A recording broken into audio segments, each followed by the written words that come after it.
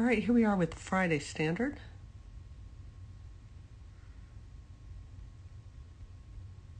Beautiful dog walk performance. Yeah, I think the turn to the A-frame here looks great. Again,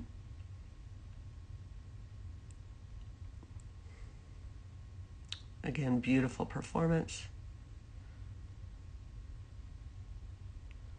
Love this double rear cross. Beautifully done. Letting the dog get ahead here. Pressure on the line to create the slight turn to this jump. And it's just this little run like this. You just get around the wing, just a little bit of pressure, enough to get you around here so that you can cut behind here. And your dog reads that absolutely beautifully. Really, really nicely done there. To me, that is slick, nuanced handling, and the kind of thing that people are really afraid to do on course.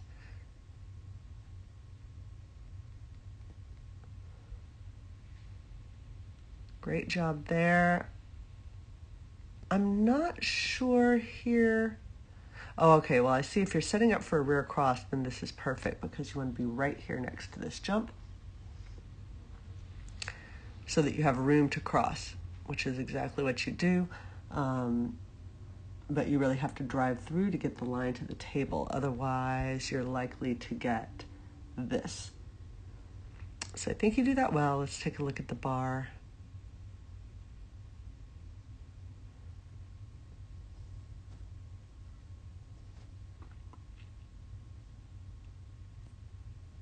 I don't see anything in particular that causes that bar. Actually, it does look like maybe your dog was really keyed in on the teeter there. I just now noticed it peeking out from underneath the table there. And so I think your dog really was driving a line for that, realized the rear cross after the fact. I don't know that that necessarily brought down the bar either. I think, if anything, the dog just kind of overextended here, and this is a fairly slicey jump. And so if your dog just didn't quite estimate it right, there's a lot of bar that they have to clear. And let's see. Yeah, she did definitely look at the teeter. Yeah, I read your notes but forgot them by the time I got here.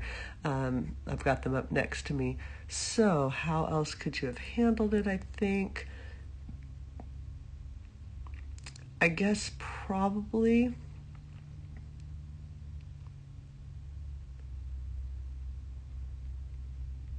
the question is, as your dog goes into the tunnel, could you have gotten to this side of the jump?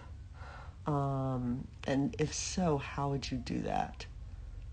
I think that there's potential for you to just keep moving this way as your dog goes into the tunnel, and then turn and pick the dog up on your left as they come out of the tunnel, and then drive this as a straight line with a strong deceleration here. Okay, but now I'm looking at the angles. So it would really be more of a SERP over this bar.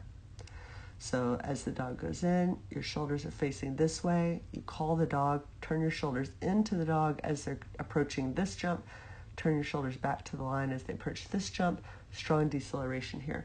So to me, I think that that's the alternative handling. So I don't think it causes the bar, but that would be the alternative handling to the awkward rear cross. I think that's probably what I would look at. I think one more potential there is to, no, I was going to say to blind this, but then that puts you on the wrong side of the next jump for the, it just adds another cross, and you still have to do the rear cross. If you had started over here and looked at the dog and then blind crossed,